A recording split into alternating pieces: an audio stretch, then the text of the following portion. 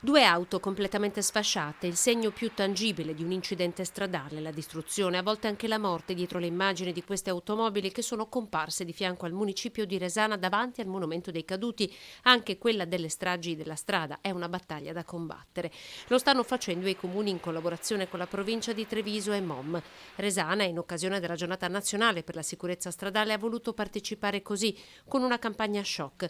Accanto alle auto messaggi come questo: rallenta, la tua famiglia ti sta aspettando. Andate piano, cercate di rispettare le regole, cerchiamo di dare precedenza alla vita prima che sia troppo tardi. L'iniziativa del comune di Resana segue e si coordina con quella lanciata recentemente dalla provincia di Treviso. Questa mattina a Castelfranco Veneto la nuova lezione di sicurezza stradale agli alunni dell'Istituto Mafioli e la presenza del presidente della provincia Stefano Marcon, delle forze dell'ordine, vigili del fuoco, motorizzazione civile.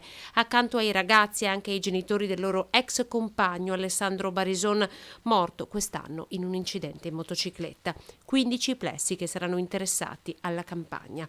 Oltre alle auto a Resana e al manifesto della provincia di Treviso, saranno esposte sulle finestre del municipio sabato sera delle candele accese in memoria delle vittime della strada e domenica alle ore 11 in chiesa ci sarà una santa messa.